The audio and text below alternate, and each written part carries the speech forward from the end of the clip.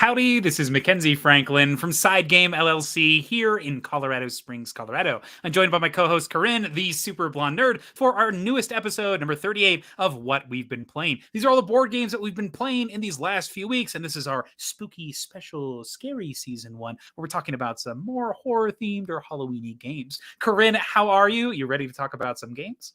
Let's do it, spooky month, spooky month. What have you been doing to celebrate the spooky season? Gone to some corn mazes, watched some spooky stuff online, prepping my Halloween costume, keep my hair fresh and pink for that. So that's lots of those things. Do we get to know what you're going to be for Halloween this year, or is that coming up in a future video? No, I can say it. I mean, it's going to be more laid back this year, not a fully involved. I'm not sewing it from hand. I'm going to be a pink fairy. Okay, cool. Awesome. From like Sleeping Beauty? Oh, no, like more like I was more going off the idea of like the pink fairies from Legend of Zelda. Like the listen little fairies? Balls. Yeah. Gotcha. But like doing very much like my own interpretation. So it's kind of like a Ren fair. I would say, if anything, it's going to look mostly like a Ren fair fairy. Awesome. Yeah. Super fun. Well, if you haven't already, make sure that you are checking out Super Blonde Nerd's channel over here on YouTube. There's links in the description below for all sorts of things nerddom. She just recently put out a board game video on 16 spooky board games to check out. But one of my favorite videos that's Halloween related is Corinn dressed up as a sandworm one Halloween, and it's amazing. It's on her channel, the whole process, hilarious. So I think that's just, one of the best videos you've ever done. And thanks.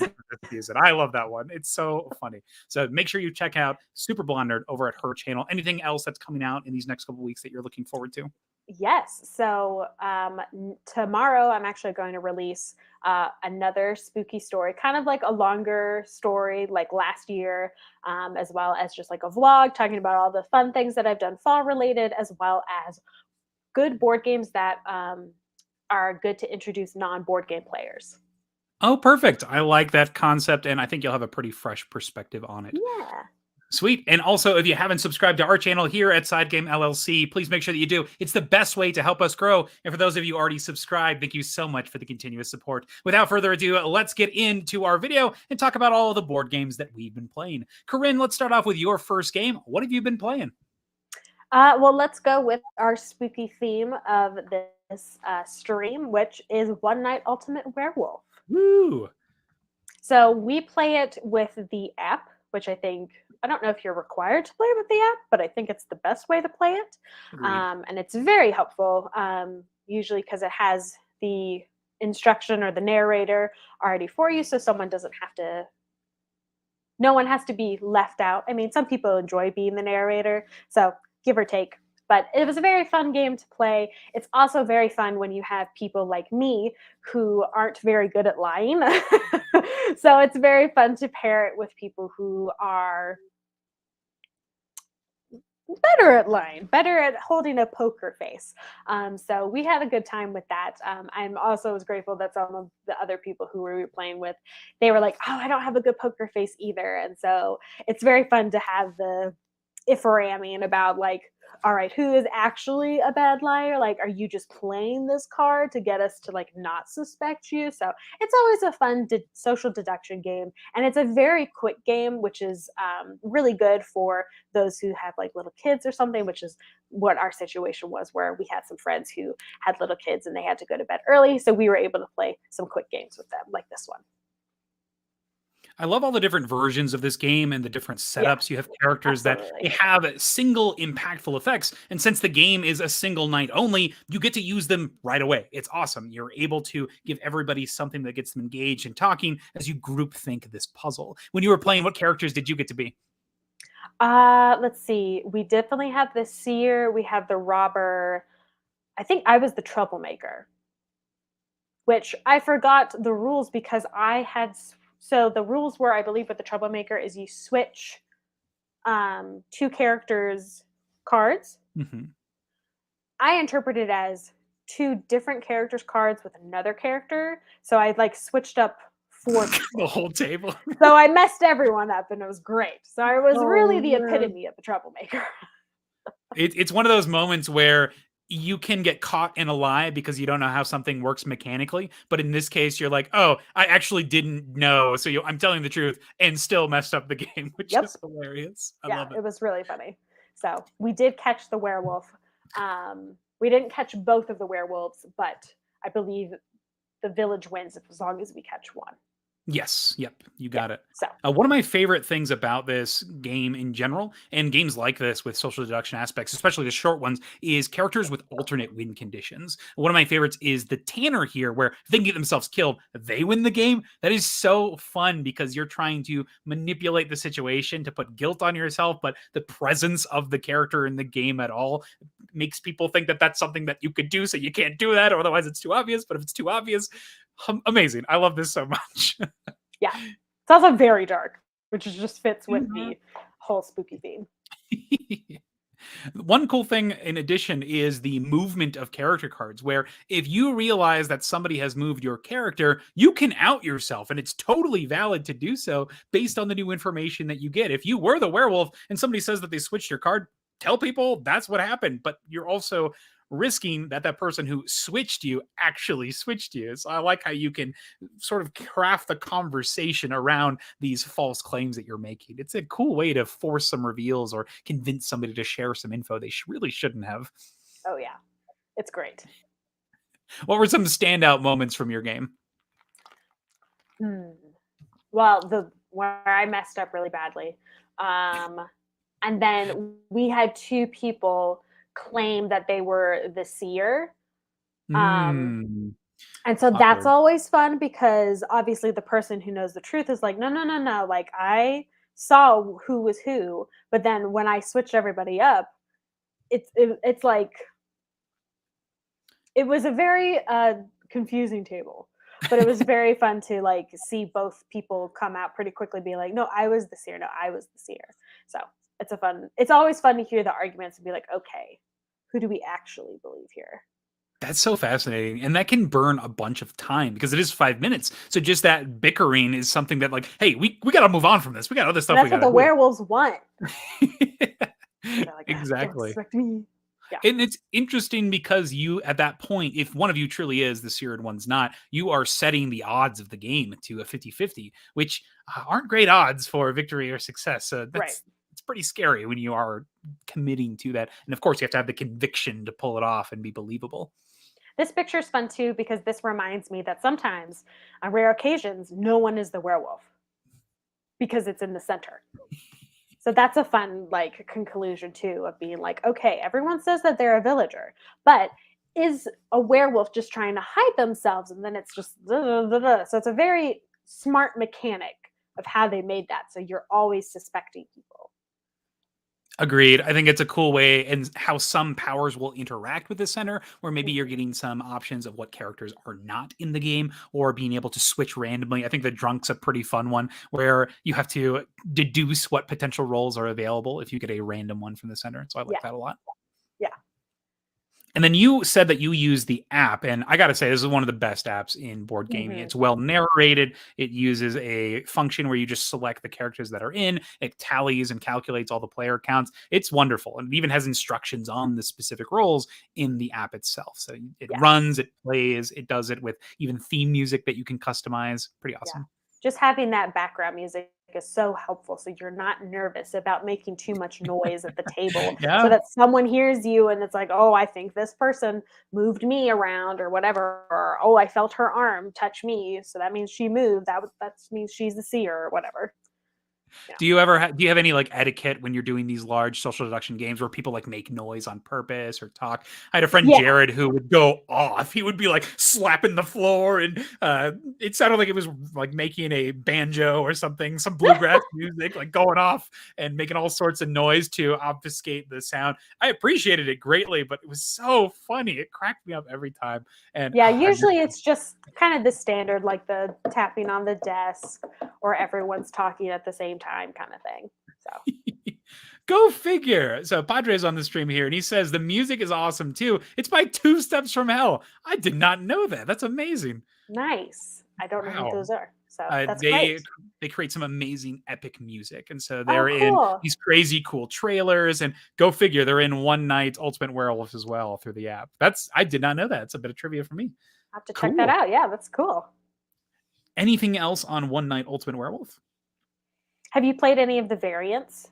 I have played several of the variants, Okay. and I prefer. There's one version of this game that I prefer, just a couple more steps higher than this one, and that is Werewords. So that's my favorite version of this. Oh, It is a combination of One Night Ultimate Werewolf mixed with a word game, and they take 20 questions and assign roles to it. It's a amazing version of this by far, and the deluxe edition is just this beautiful package of obfuscating these word selections with your own roles and powers and abilities. So it takes this concept of social deduction, but the puzzle is that extra layer on top that pushes it to absolute greatness. So I think it's amazing. It's a game you can play with anybody, and it takes basically the same amount of time. And God, it's so good. So I wasn't expecting to talk about it in the stream, but it's awesome. I want to play this now. Now that you bring this up, this is one that I got to jump on. Yes, One Night Ultimate Werewolf. What a solid experience. Yeah, love that's this one. great because some of my family members really love word games. So this is a great one that Christmas presents, which I don't want to bring that up yet. Christmas. Oh, but the way that the app integrates on this, it has its own like word choice that you're selecting, as well as clues that you'll be giving. You have different categories and words, and then you have tokens that are going to be like your yeses and nos based on what words people are guessing or what questions people are guessing. So that becomes another form of trackable information. So the arc of the game is you start off with your night powers and abilities, you start asking and asking and asking, and then based on if somebody gets it, if they get the word correct, then your goal is to find out who the werewolves have to find out who the seer is, because the seer gets to know what the word is. But if you can't find the word, if the werewolves throw you off, then the town has to figure out who one of the werewolves is. So there's an additional layer of gaming, but the experience is one that's hard to replicate. And I think it's done perfectly. Cool. So if you get a chance, it's a good one. It's a pretty cheap price tag as well. One Night Ultimate Werewolf, but the new version, the Werewords. Can't recommend that one enough. Sweet. So that is the first game that we've been playing. That is Corinn's One Night Ultimate Werewolf, not Werewords. And Mackenzie's Werewords. Werewords. There you go. I haven't played it though, so that's got to get played on Sunday. We'll be doing some more Halloween gaming, so I'll try to get a game of that in as well. Sweet.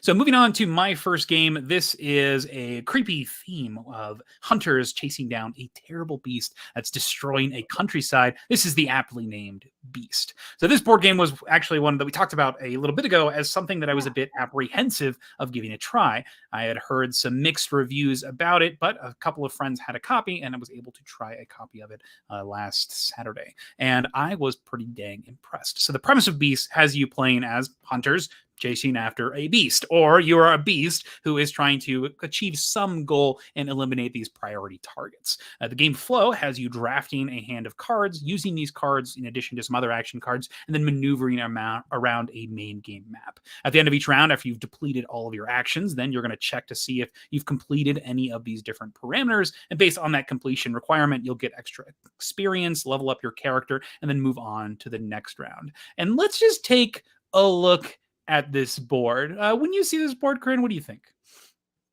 That's a lot.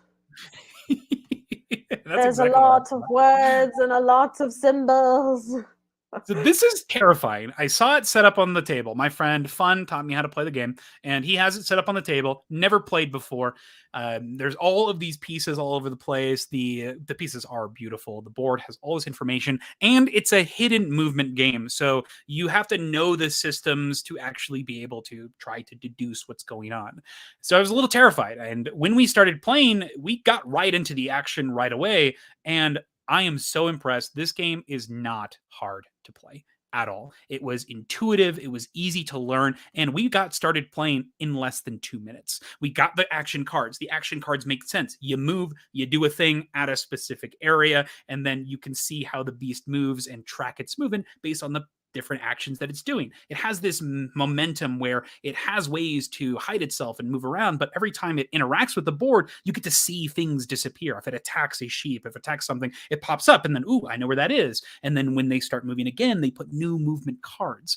All of this is easily telegraphed on this board, and this actually was helpful in understanding the process of the game.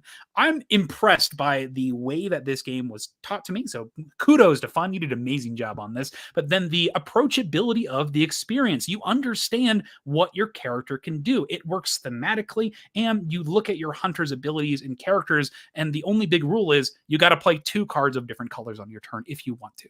And that's it. You're ready to play from the bat. A lot of the information in text is to help you to guide through the different things. So if you've been intimidated at all from Beast, or you were scared that this might not be one that you were interested or excited to play, put those fears aside. Beast is amazing. This is a game that as soon as I played it, I went and checked on the game founder. I was like, okay, I got to see if I can late pledge this. They said the late pledge will be open in about 3 weeks. So that's awesome news, because the Kickstarter has these crazy cool acrylic miniatures like the ones in Vagrant Song. Oh, it looks so good. And then on the table, the artwork is wonderful. And the cherry on top is every time you play, you pick a different beast to play against, which has completely different rules and restrictions. We played against this frog that had these creepy followers that were polyps that would explode and shower you in acid. Disgusting. We were able to find the beast and take it out, but it's one that I want to play again and again, and I'm getting to play it again on Saturday. So looking forward to trying this one more time. I'm loving Beast. Have you heard of this? Is this a game you're excited to try? What do you think, Corinn?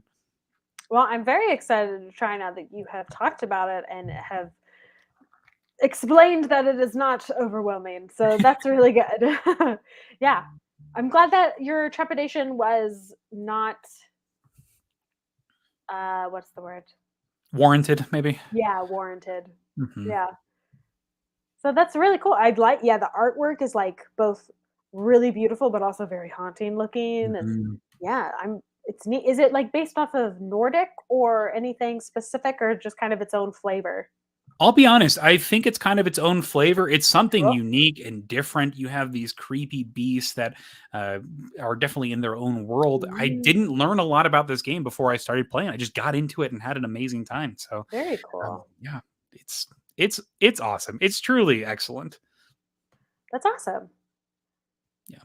And then we have a comment here from Padre. It was also cool that it was a 2-sided game where one side is all about cooperation. Yes, this is a 1 versus many game where you feel like you're actually part of the team, which I think is so cool. The big part of this happens from the draft. At the start of each round, you all will be drafting cards to make up your actions. And then based on the cards you draft, that determines sort of your role that you're going to get. Maybe some of your cards will be reactions. Some will be able to allow you to move around the map. Sometimes you're hate drafting cards that you think that the beast might want to keep because the cards have 2 sides. One that the beast gets to use and the other that your characters can use. It's such a great concept. And when it gets to your turns, you are making a plan. Who gets to do what? Who can contribute? What different upgrade lines? With other games, one good example here is Mind Management, one of my favorite 2-player hidden movement games. But in that game, the co-op mode, the multiplayer mode, when you're playing multiple against the many, doesn't feel that exciting to me because you're ultimately trying to solve this same puzzle and you all pretty much have the same pieces. It's just the order in which you activate them. In this case, though, you are making decisions in that draft. You are communicating, talking, and have your own ability and agency and position, and you feel like you're a bit more of your own character in this one. So I appreciate this. It's a different feel than something like Mind Management, but has that thematic nature and that cooperation element that I think was missing there. Very cool. Oh, great comment, Padre. That was great. Anything else, Corinn, on Beast before we move on to the next one? Is it a campaign type of game, or is it just like scenario kind of This thing? is a single shot experience. You pick your beast, you pick your hunters, and you go for it, and you have an awesome time. Hopefully, I'll get to try some of the other creatures here on the next one, but loving Beast and want to play more. This did bring me to a question, though, that I had for you and for the audience. If you are watching now or watching later, let us know down in the comments below. My question is, what board game seemed complicated at first, but was intuitive to learn and play? This one, when I saw it for the first time, I was terrified. I was like, oh my gosh, here we go again. This is going to be rough. But the teacher knew their stuff, and we were able to get playing in less than 2 minutes, which is crazy to me how smooth it was. How about you, Corinn? Have you ever had an experience like this where you were terrified, but it ended up being extremely intuitive and easy to learn and play? Yeah, terrified is a strong word, but definitely, I thought one of the games that I thought would be like harder or just longer to learn was Champions of Midgard. Okay. Just because like the initial like game board and everything, I was like, oh man, there's like this stack up here, and then there's ocean, there's like a whole seafaring area, and then your main um, city in the middle. Just all those placement of cards and things. So I was like, oh man, like what all does this have to do? But as soon as like you actually like look at the board like detail by detail and like initially start the gameplay, you're just like, oh yeah, this is like another worker placement. Card collecting type of game. So just like the size of the board. Yeah.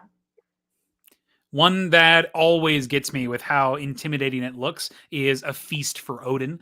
This has a gigantic, essentially action menu of different choices. But because of the way that it's laid out, you can clearly see that each ability is grouped on this huge action menu, and they're all organized based on what sort of things that they do and provide. So that helped with learning that game and understanding like, oh, this just gets those resources, that gets that island tile. And it all started to click once you understood the relationship between things and started going through and playing and putting pieces out to different actions. So I appreciate that a lot in A Feast for Odin. And I think Uwe Rosenberg does that in a lot of his games, and it makes them so they're a little less intimidating because you know that you're in good hands with the structure of the game. It's not going to be something that is actually difficult to understand and play through. So big fan of A Feast for Odin with that. Awesome. So that is the first game on my end. That is Beast. And once again, if you want to give us an answer to these questions, let us know down in the comments below, and I'll make sure to respond. What board games seem complicated at first, but were intuitive to learn and play? Corinn, what is your second game that you've been playing? Well, speaking of beasts and defeating them and sort of different scenarios every time, I have been playing Arnak, and specifically the Missing Expedition. I believe that's what it's called, the campaign of Lost Ruins of Arnak. So my husband and I got sick coming back from Florida earlier this month, and we were able to just be at home together and do this co-op campaign through Arnak and use. We are on chapter 5 out of 6, so we are almost done with this specific campaign. So it's been very neat. And also brings 2 new leaders to the board and their different abilities. Very neat, the journalist and the mechanic. So yeah, the campaign of Arnak has been really difficult, which is good. Like it's a good cooperative challenge. There's limitations, and like it's really neat because they have creatively made the board different each time, even though we're just using the front and back and switching sides. Not only do they have like the different types of setups, it goes very much thematically through each chapter of having either certain locations already explored and ready for you, or you can only visit certain areas, as well as there are new research tracks that you deal with as well, because you're exploring the island more, and you deal with because it's a co-op, you're also dealing with the what's it called, the automa side, the one player kind of mechanic. So you're fighting against the game because you have like a rival that you have to deal with. Is it like a rival crew? I've played with the expansion contents, but I haven't played the actual campaign itself. Is it similar to the solo mode in the base game? It is a rival crew. I'm not sure. I haven't played the one player version, so I'm not sure if there's like a whole crew, you call it a crew or whatever, for the initial. But I really like all the flavor text and like the kind of story that they put in, along with there are new items and new artifacts that go with each chapter. Each chapter has a specific objective that you have to do in order to beat that chapter. But you can either take the loss if you don't obviously succeed in that overall objective. There are also miniature objectives that you achieve to get like the different artifacts or new items that come with the game, which is really cool because if you do that, then you get to start with those items in your next campaign. Nice. So very neat stackable things that they've really like incorporated into it, as well the different encounter cards. So each chapter has 8 different encounter cards that are creatively put in the game. Like either you go to a space and the encounter card is there, or depending on how far up the research track you go, you can get an encounter card. And each of those encounter cards have 2 different options that you can choose to go on your game. And that has a symbol in the corner, and those symbols you use on a separate little sheet that you use for your campaign, that will unlock different, even more different secret texts that usually have like an item or something that you can use as well. Yeah, and all of the art's beautiful, and it's like very thematic and works really well with the game. So overall, like we've been very impressed with the overall campaign. It's been a very fun journey. We are both itching to play a competitive version with all of the new stuff, but it's been very fun also to work together in this. With the competitive version, I want to talk quickly about these cards in particular. The competitive version is kind of interesting when using these special event cards. It adds some randomness to the game outside of the beasts and like just a flow of the card that I think is pretty cool. So as you play, some of the locations have these cards tied to them as rewards now, and they're pretty powerful in the early parts of the game where you'll draw one of these events based on visiting the location, and it'll either give you a one-time bonus or an effect that you can use in a future turn you can just trigger. Is that the same in the cooperative mode? Yes. Okay, gotcha. Yeah. So when playing the competitive mode, you want to get those spaces early because those are going to give you different play patterns and things that you can play to. But then those spaces become way worse as time goes on because now it's way more narrow your opportunity to actually use them. So it was a cool dynamic here where you have some stuff that's going to prioritize you visiting these other locations as opposed to exploring because there is value there. You just got to make it work. So I do like this concept a lot, and I think it works well in the competitive mode. So I think you'll find it also pretty dang fun in that version. Yeah, that's cool. I didn't even know they were going to be used in the competitive. So that's very exciting. Yeah, and I will say that sometimes, like this, I think is the last chapter, chapter 4, where there were each space was basically an encounter card, but it was so hard to go there versus trying to research and do other things to like help stop the to help with the objective. So it's definitely kind of like they are helpful, but sometimes like they're not the most important thing. If that makes sense. Yeah, that makes a lot of sense. And you're also juggling those with the rest of your objectives. So I can see the choice, and I can see how you want to do everything but just can't.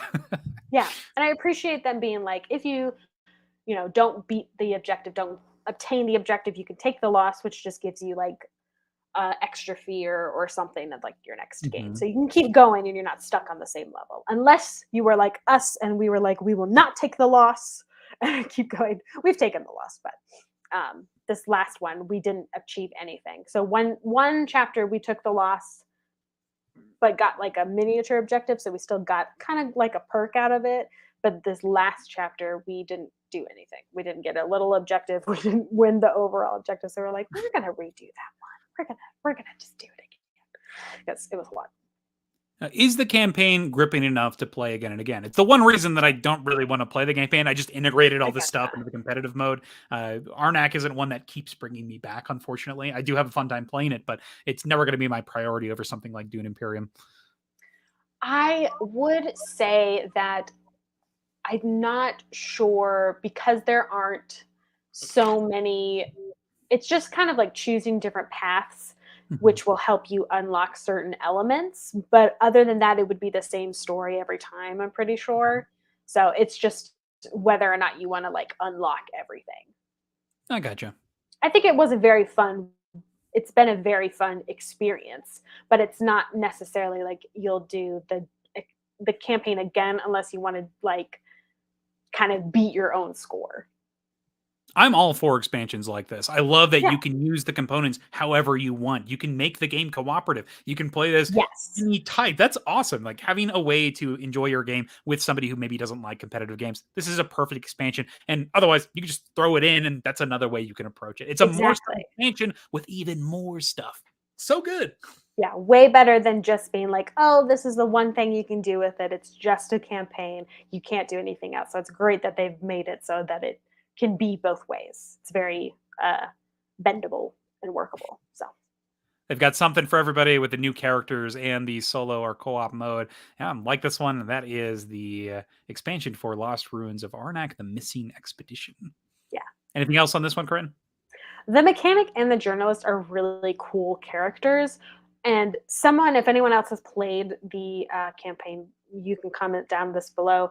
Did you use these for the campaign? Because my husband and I had a really hard time achieving, like doing very well in the campaign scenarios with these specific two characters, like together. So it's just, they're really cool. Like I love the mechanics and like the fact that you can like spin her wheel on her actual game board. The journalist has really cool things too, but it's just like with the campaign, it was really hard with just the objectives that they specifically want for your campaign. So I'd be very curious to know if anyone else played with those specific characters, if you guys both did these new characters or did like one and then one of the older leaders, you know, give me comments. Let me know if we were just playing them wrong or if it was really hard with these characters. The journalist in particular, I thought was crazy powerful. Like just having your own so personal cool. tech trees, so good. And it encourages you to explore the different portions of the board. I love that. It gives you reasons to do everything, which makes the choice even harder when you are doing those things. It's awesome. I think that character is one of the best. I think he might be the best one in the box, in all the boxes. I think it might be my favorite character in the entire game. Hot take. I'm just kidding. Really? What's your favorite character? Which one do you always go I for? don't know. I really enjoyed the mechanic, but I really like the mechanic, and I think the mystic's pretty awesome too. The fact that he just utilizes fear. That's such a nice mechanic to like get rid of the fear, and they're not as detrimental to you. So it's a good spin on the negative aspects of the game. I also like the character who interacts with the item cards because a lot of times you kind of ignore the items in the last half of the game. So having more reasons to engage with the item market is also fun. You're just building your deck the whole time, and it's something you don't normally get to do. So yes, big fan of anything that just delves into the mechanisms present in the game. Yeah. Anything else on this, Corinn? That's a good game. That is Lost Ruins of Arnak. That's a second game that Corinn's been playing. Now, this next game has been completely dominating my table for these last couple of weeks. I've played it 18 times at this point, and I imagine I'll be playing it more. This is Voidfall. This game is a huge space 4X Euro, where the spooky part of it is you are fighting against intergalactic zombies, the Voidborn. So these Voidborn take the form of these fiery, creepy tendril creatures, and it's up to you to purge the galaxy of them. This game has several different modes to play. You can play competitively, cooperatively, or solo, and each of them presents a different puzzle for you to face. In competitive, your pieces that you're fighting against are the other players, but in solo and co-op, you're fighting directly against the Voidborn. They'll have this board that you're going to have to interact with and defeat, but you also have to get a certain point threshold to even have a chance at winning the game. So you have to take this puzzle in based on your faction and your other abilities, and then see if you can withstand the might of the Voidborn as well. It's scenario based, so based on the different setup that you're playing, it's going to have a certain amount of difficulty, but overall the gameplay itself is enticing and gripping, and the action system is stellar. For a comparison to a game that this might feel like, it actually gives me a lot of vibes to something like Scythe, but I think that the action system here is entrancing with the way that you're trying to combo your different cards and prioritize certain actions over others. One of the biggest features of this game is the house system, where every character has a unique character that's going to give them access to special abilities, powers, as well as unique action cards. So much so that I'm actually tomorrow releasing a ranking of all of the different houses for Voidfall. So I'll be talking about my favorites of each. It's already edited and ready to go, so that'll be out at 7 a.m. tomorrow. But for this one in particular, this video, I want to talk about why the cooperative game is so dang good.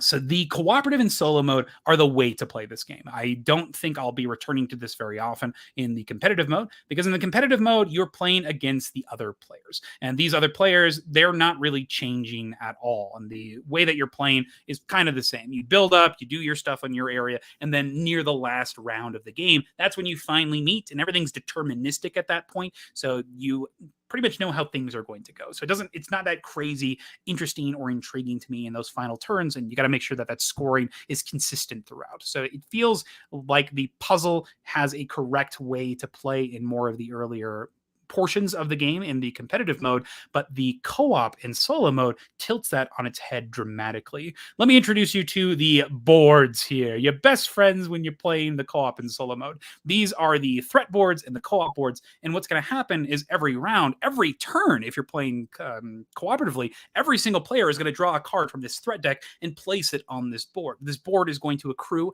abilities and things that you must do, little objectives that you have to complete, in addition to all the other stuff that you're trying to do. So your puzzle is constantly changing as you're adding in these new factors of things to deal with. Now, what happens if you don't deal with these factors? If you have enough cards that fill up this board and make it to the very end, you lose. You get these like super awful tokens, and then if you get 3 of them, you basically just lose automatically. So you got to make sure that doesn't happen. And even if you only get a couple of these tokens, that's extra points that you need to get now because you allowed the Voidborn to take over these different areas. So you're balancing what you need to do, plus trying to fulfill these conditions, and then pushing yourself forward with your own plays. And then if you get to the end of the round or reveal one of these skirmish cards during one of your alert phases, that's going to trigger wherever the board is currently, and you have to adapt to the situation immediately. At the end of that round, you'll have to resolve a combat based on where the board is, and you'll be attacked, and your different pieces could potentially be lost, the areas that you're building up and trying to develop, or you could just have to pay some amount of resources if you're neglecting the economy. So you have to deal with the enemies attacking you. You have to deal with the economy that you're going to be losing. So I have to make sure you have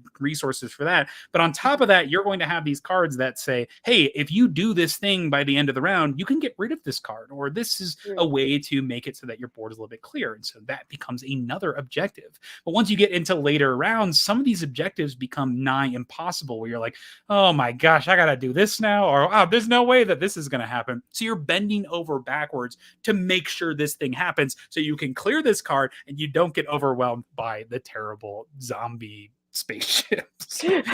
Oh man, this game is so good cooperatively and solo, and I think it's on a tier on its own. I've been struggling with where to put this on my rating scale because it's so entrancing, but the competitive is just not there for me, where I don't see myself coming back, and I think that's what's going to keep it from getting to that 10. But if the solo and co-op is really that good, it should be a 10, right? Like that's I don't think I play many games for this much and not give it that priority spot.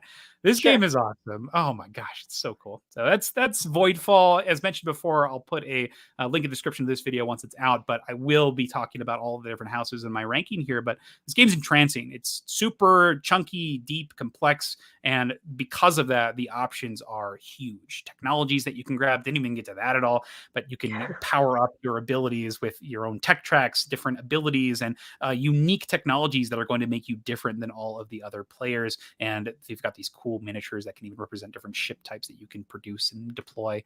So awesome. So I'm loving Voidfall. Have you heard of this game? This has been all I've been playing for like these last couple of weeks. Oh, that's not true, as we'll see later in the video. Well, I mean, I think you've talked about it before, so that's the only like I've heard of Voidfall is you've been talking about it, but no, I haven't played, but it looks awesome. So is all of the things that you were talking about that you have to juggle, is that the same in competitive versus cooperative? And it's just you're working together to balance all those things in the cooperative? So it doesn't exist in the competitive mode. It's easier to learn to play the competitive mode because they don't exist. But when you're playing that solo co-op, it represents the Voidborn attacking you, basically. Gotcha. So that thing that you're managing. And it's brilliant. It's perfect. And it works in this system dramatically because it uses the existing mechanisms and allows you to explore your options through them. Gotcha. Oh, so good. Cool. Oh my God. How many houses are there? There are 14 houses available currently. 4 of them are tutorial houses, so they don't have any special abilities or effects like that. But even those tutorial houses, a lot of options.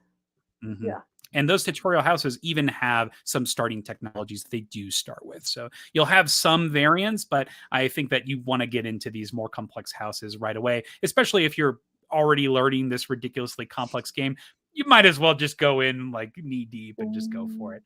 Take the dive. But the customization of your characters through the technology is so much fun because each of them is powerful. They have some crazy game breaking effect and you want them all. And you'll get to a point where at the end of the game, you have like 6 of these technologies and you're breaking all sorts of rules, but you still want more power. And you can even go and get these fallen houses, which can give you a 7th technology and have even more abilities to choose from. Or maybe it's 5 and 6, something like that. You can get extra, and you're going to want to. That's so cool. I love this one. Voidfall it's amazing. This game is so good. Neat. Love it. Sweet. So that's Voidfall for me, but this does bring me to my question to you all, and this has to do with competitive, solo, and cooperative board games. My question that came up when I was playing Voidfall is, what board game has a solo or cooperative mode that you prefer over the competitive version? In this case, Voidfall is a prime example of that. Probably won't go back to it again competitively, but solo and co-op, it's my jam. What do you think, Corinn? Any games fall into this category for you? I don't know if I have gotten any or played any that I prefer over competitive. Like, I've really been enjoying the Arnak campaign version, but I don't know if that beats its competitive mode. I'm really trying to think. Yeah. While you think about that, I'll bring up another example here. This is one of my favorite games to play with Ariana. This is Codenames Duet. So Codenames Duet is a perfect example of a cooperative version of a competitive game. So much where I almost never play the competitive version. I played it for like the first time in a long time, about 2 weeks ago, 3 weeks ago. This might be on our played games list, but the cooperative version has this X factor where you're always playing at the same time and working on a puzzle together, trying to guess what words are shared between you, and it does it brilliantly with the shared system in the center with a single card that represents both clues playing on the same board. So I love this version of Codenames, and I think it's superior to its competitive version for sure. Yeah, all I can think of is like either games that are like fully supposed to be cooperative or games that are like much better competitive. No worries. And that's okay. If you think about it later, we can bring it back up. But if you want to let us know what board games have solo or cooperative modes that you prefer over the competitive versions, let us know down in the comments. Corinn, this brings us to your last game that you've been playing. What's the last spooky themed game that you've been playing? That's just it. I don't have like a whole lot of spooky games that we've been playing, which is just sacrilege in our house. But I will say this will be a long shot. Spooky theme. How about paying money to people? Paying money to people. You've been playing Monopoly? No, we've been playing Splendor. Spooky. Oh, well, Jules? Oh, yeah. Scary. Sure. Gem Like trader. It's a long shot. Trading Like in the Mediterranean. Splendor. Capitalism now. Anyway, we've been playing Splendor. This goes more to like a game that's really good to introduce other people to, like gameplays. Introducing other people to board games. There's the words. Yeah, it was just a fun game that we pulled out. We had a game night with some new board game friends, and so it was really fun to introduce this game to them because they hadn't played it yet. So very simple card drafting, kind of set collecting game where you are trying to accumulate 15 points before everybody else, and you do that by collecting gem cards, as well as getting patrons, I think they are, for patrons or nobles. Nobles, for if you meet certain requirements, depending on how many cards you have collected over the gameplay. So it's a very simplistic game, very tactile. Love the chips that they use for the gems. So it's very, very fun. Like I said, set collecting, drafting, open drafting. Good game to introduce to people who aren't like super head first into board games. This is a game that Ariana and I played for 17 hours straight one day because she had not been exposed to board games and she loved this concept, this Splendor, moving and buying and whatnot, but she couldn't win. So we played for an entire day until she was able to win a game. It was like 5:30 in the morning, something like that. And she got a win in and it's like, okay, we are finished. And you were like, I'm not going to let her win because she would know. She would know what? Yeah, No, that's she would kind of know that you let her win. correct. I never let people win. I think it's why would you do that? We are Sure. both here to play and have fun. But for Splendor, she was determined, and she was able to do it. After that game, she went on and got the app, and then became a Splendor fiend and destroyed everybody. It's amazing. So whenever we do ever play this, if we ever bring it out, it is crazy. Like the skill cap on this, it cracks me up. So you have trauma behind this. Is that what you're saying?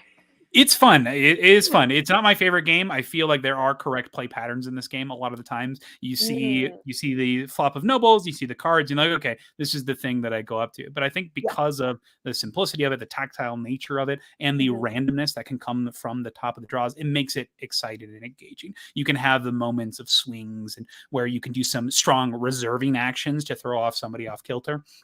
So I think there's a lot to love about this in this space. I played some games recently where there is no randomness to a engine building card collection game like this, and it's to detriment. So having the moments where you can get a free card and feel like, yes, that's exactly what I needed. That's what this game has that a lot of those other games are missing. It is fun, but it is on that little bottom area for me right now because it does feel like I know the correct play when I look at it. Sure. I can make the correct choice. So have you played any of the expansions with it?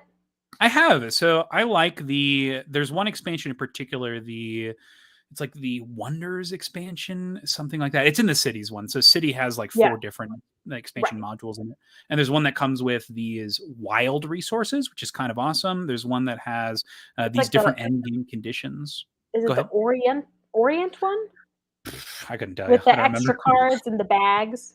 I don't remember the name. Yes, that's the one. Yes, it adds an entire new row of cards that you can purchase. Yes. And I think that's pretty sick. Yeah. So that's my favorite one because it adds new powers and abilities that you can purchase during the game. And that's kind of sick. There's another one that has like your own personal customizable player board that has something similar where you get like these guild seals. And that one's also pretty sweet. I like the player customization, opens up the design space. And whenever I play, I always push to play the expansion content because I do think it adds more options and it elevates the experience for me personally. That's what I was going to ask, if those added to the simplistic gameplay of it. Definitely. And because that core is so simple, it's easy to throw these expansions in. You can teach the game in an instant. So throwing in the expansions is almost a no-brainer, in my opinion. Sweet.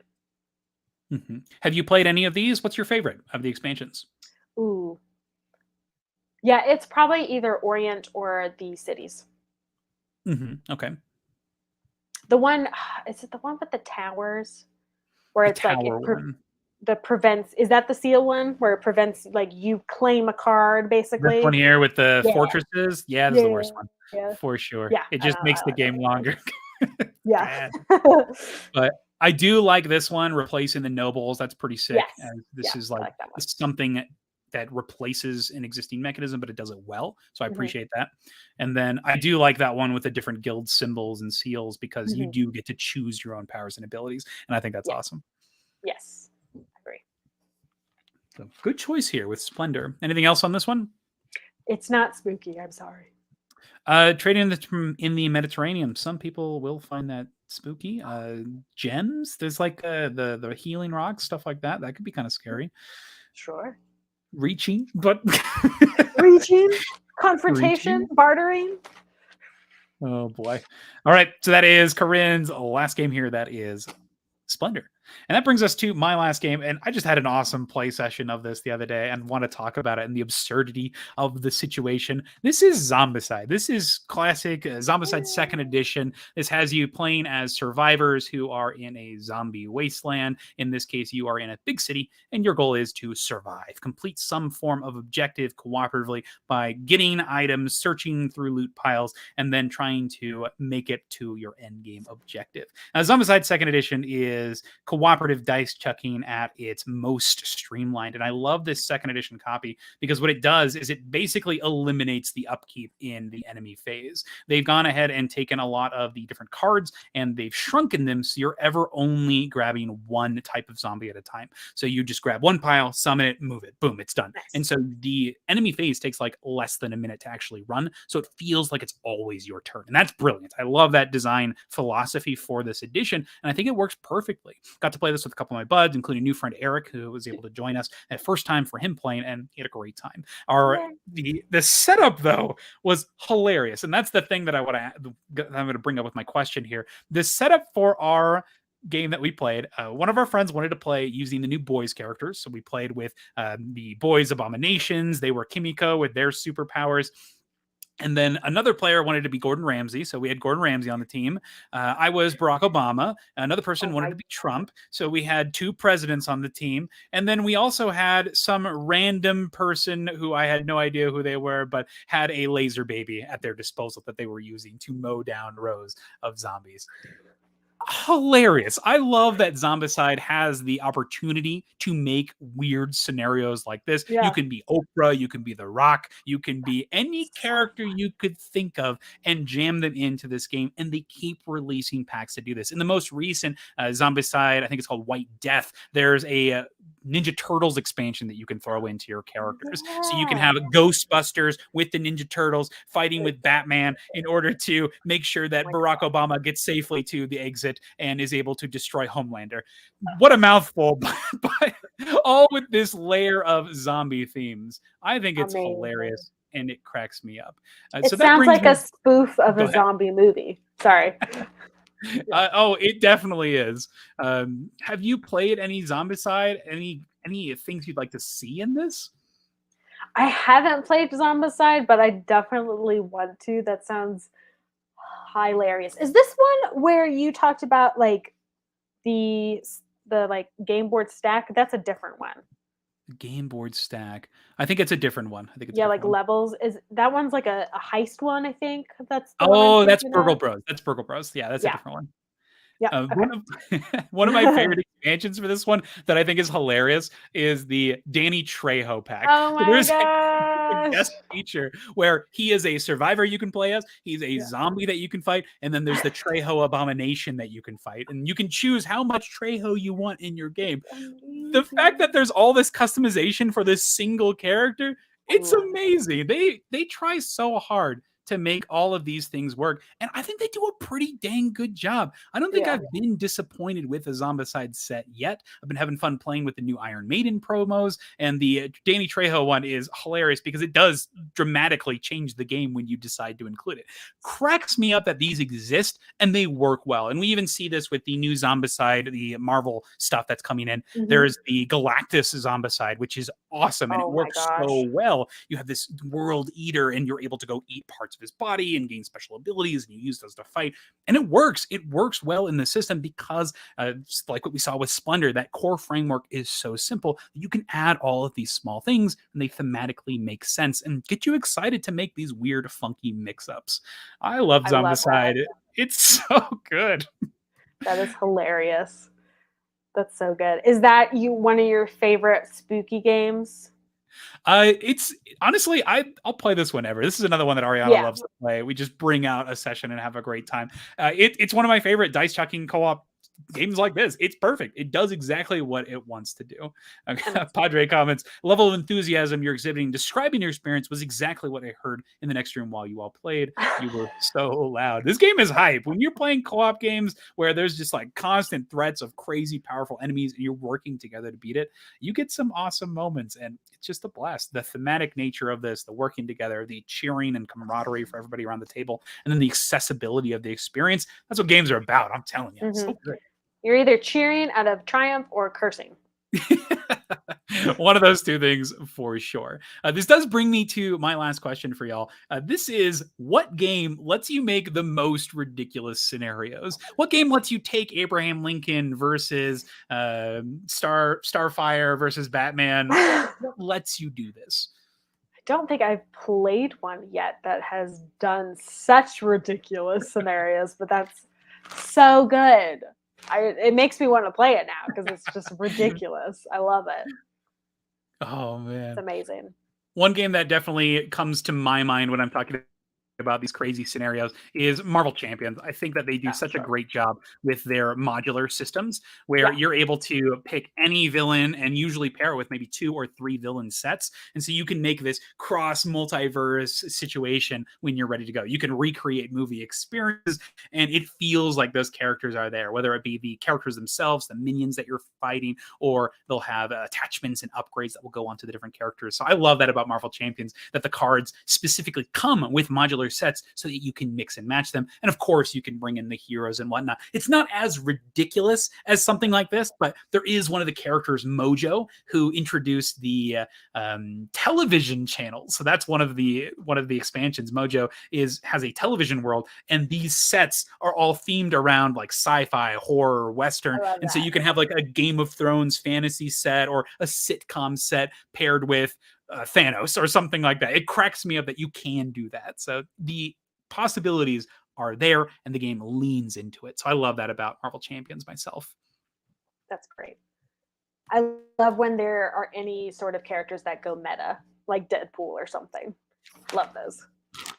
He's about to be released, an entire Deadpool set that have several of those meta cards. And Spider-Ham also leaned into that a little bit with having to do some weird stuff with all of his different abilities. Love it. Excellent. Looks like we have a couple of comments on this one. Unmatched. I particularly like the new cooperative version. Ah, all right.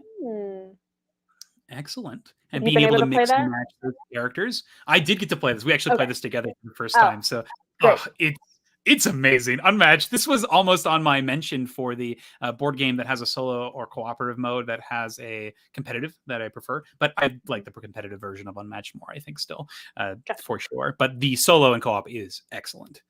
We do have a couple of comments from our past questions, though. Pablo42 says, hasn't had the co-op instead of the competitive mode happen yet, but they're going to try the new Star Realms co-op cards and the new Unmatched Tales to Amaze. So I hope you have a great time with it. Tales to Amaze is awesome. It does a great job of just letting you play Unmatched, and it takes away that skill gap. It's so good.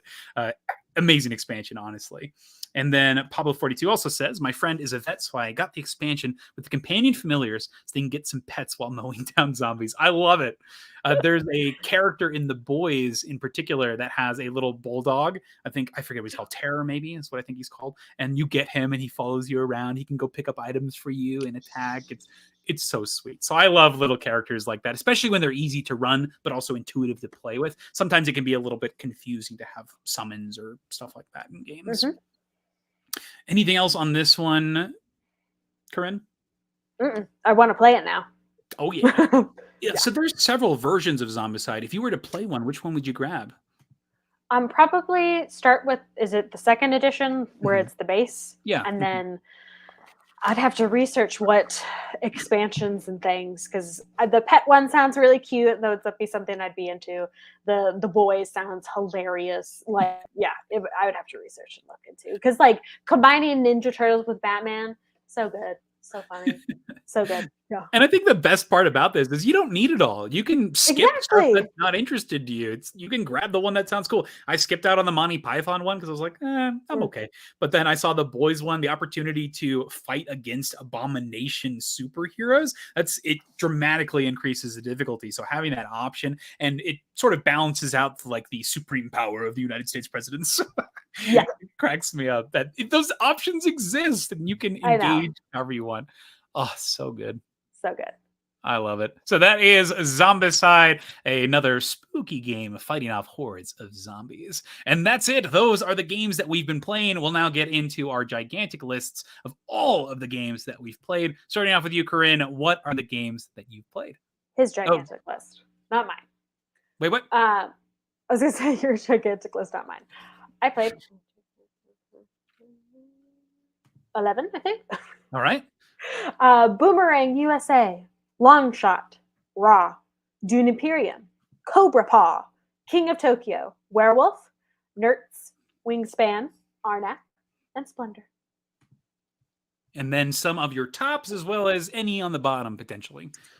Definitely Arnak in the campaign. It's been super fun to play that. We finally played the Wingspan duet mode, and that was really fun. That was a neat a neat aspect of Wingspan. So I'd say that was a fun one. And then another top I love that version of Wingspan. The fact that it yeah. encourages you to play more cards, that's awesome because that means you're Yes. playing more birds, you're getting more powers. It's brilliant. I love that one.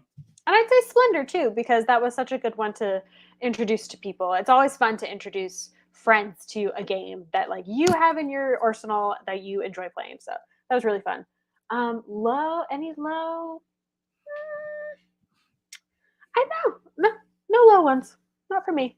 That's great. That's the best. If there's no lows, that's a winning month for sure. Yeah. Awesome.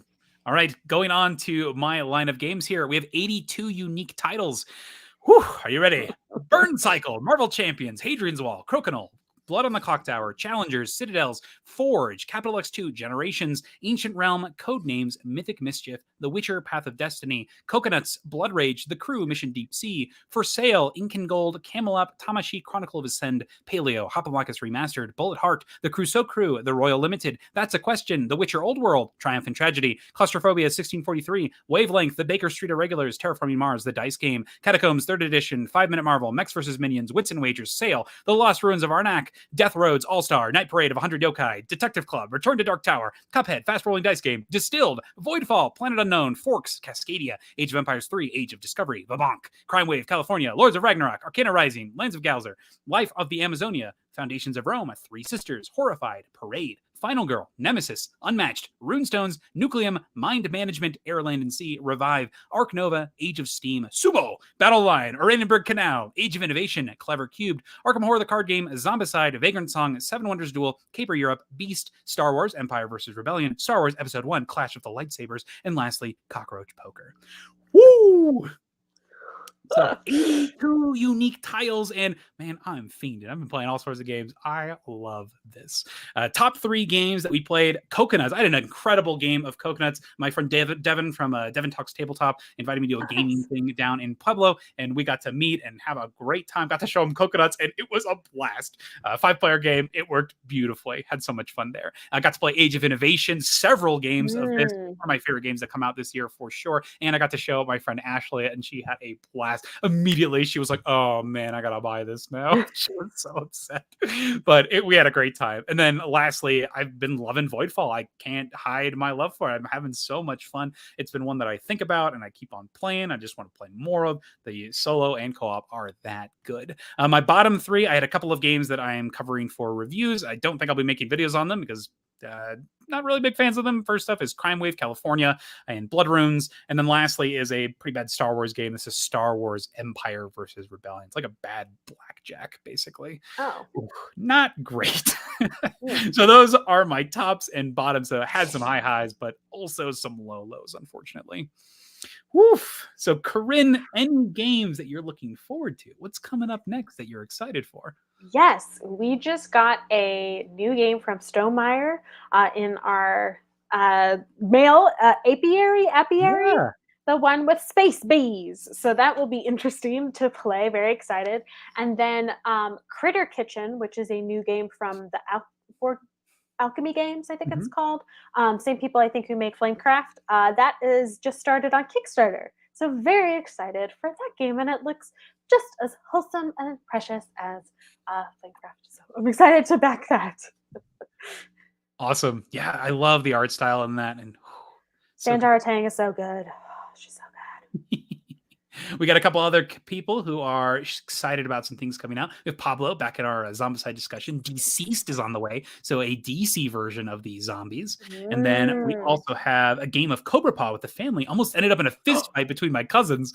I don't know if I've played that one, but oh man, fist fights galore. It's like a really fast, oh my gosh, what's it called? Like a speed slap game? Yeah, you're reaching for tokens that match what you roll. And so whatever you find on the thing, and you can steal from people too. So I can see how that can turn into a fist fight. I'm sorry, Pablo. And then Pablo also says, I played Guillotine, Xenon Profiteer, Funkoverse, Universal Monsters, and Mexica this week. Ooh, big assortment of small card games up to some fighting games, and then Euro like Mexica. Awesome. And then Padre says, you forgot Parade, best card game. Oh no, the dunking card game. Almost talked about it on the stream because it is Alice in Wonderland theme, which is kind of spooky. It goes there. I did mention it though. I think I mentioned it after Horrified and in between Final Girl. It's on my list, I swear. A couple of other games that I'm looking forward to. We've got also Apiary is in the mail. Scholars of the South Tigris is right here. I just punched it, so looking forward to playing that. Hopefully it's as good as the Wayfinders, or was it called Wayfinders? I don't remember. Wayfarers. I enjoyed that. Wayfarers. So I hopefully it's better than Wayfarers. Always looking for the next best game from this company. And then Septima, a friend of mine, has their copy in before I do, so get to not learn this one and get it taught to me. I'm so excited. Witch theme, I'll take it. And then there was the Oathsworn Into the Deepwood, the additional components, as well as the upgrade pack is coming in. So going to get some more of that to the table once we shift in all of the upgraded components and whatnot. So hopefully get to do some more boss battling with our team of Oathsworn. Nice. That's all the games that I'm excited for. Corinn, anything else to add before we close up the stream today? I think I forgot Frosthaven on here now that I'm just thinking about it. We definitely played Frosthaven. But yeah, so that was the only other one. Yeah. Awesome game. Is it getting better, your Frosthaven experience? Oh yes. Okay. Yeah. You got over that hump. I know you had some times where you were not looking forward to it. It was our combination of characters and then how I was setting up my character. I should have basically chosen the other path. Because you can kind of usually go like two different paths with your cards and like how you stack them. And upgrade them and all that stuff. So once we did that, it was much better. But now I'm the Blink Blade, so it's very fun. Oh, the dream! I'm so excited for you. Best character in that box. So fun. I like that Frosthaven allows you to do that. It allows you to customize and change, and because it's so big, you can get those situations where things just don't click, and you have to adapt because there's just so many options. There's eventually going to be something that just doesn't work. Right. So it happens, unfortunately. We've got a couple other comments here. Some looking forward to Marvel Zombies or Cthulhu Death May Die. Excellent picks. Love Death May Die myself, as well as Marvel Zombies. Looking forward to all that expansion content coming in. And then Pablo is looking forward to Robot Quest Arena. Bigfoot Roll and Smash delivered, but Tom Vassell review hated it. So yes, I do hope it's good. It's always a shame when you're excited and expecting something and it gets panned, unfortunately. I try myself to not watch reviews of any games that I have coming so that it doesn't affect my opinion, or I'm not looking for errors, so that way I can take it at its face value. So at least that's how I approach games and approaching. How about you, Corinn? Are there any games that you've like purposely not looked at the reviews for? No, because usually I'm like, I just don't hear about them till like you like say them, or like Blood on the Clock, not Blood on the Clock Tower. I'm calling them No Rules Bar is playing them or something like that. So yeah. Gotcha. So it's your first experience is seeing other people talk about it already, which is fair. Gotcha. And I also think it's a treat whenever you bring up a game that I've never heard of. I think it's awesome because then it's like, ooh, okay, they found this thing and they were able to tell me something cool about it. Before we do wrap up the stream, I want to make sure that I do shout out our channel partner that is Into the AM Studios. You can support our channel directly through there. And if you use our coupon code, the SideGame Strong coupon code, you will get 10% off of your order. And we receive direct kickback from that support on our channel. So if you're looking to support the channel without necessarily buying board games, you can do that through Into the AM Studios. Thanks again to them for supporting the channel. And of course, the best way to support our channels, me and Corinn myself, ourselves, is to subscribe. It's the best way to do it. Share our videos, like, comment, and be here. Thank you so much to everybody that joined our stream today. Pablo, JB, Padre, thank you so much for being here and participating in the discussion. It's been fun talking about these games, the Zombicide situations, recollecting your experiences, the potential fist fights happening at game nights. Thanks for being here and sharing in the discussion. Sweet. All right, we're going ahead and wrap up the stream there. And if you haven't already, make sure you do check out Corinn's channel. Links in the description below. And yeah, thanks for being here. Appreciate your time. And SideGame Strong, everybody.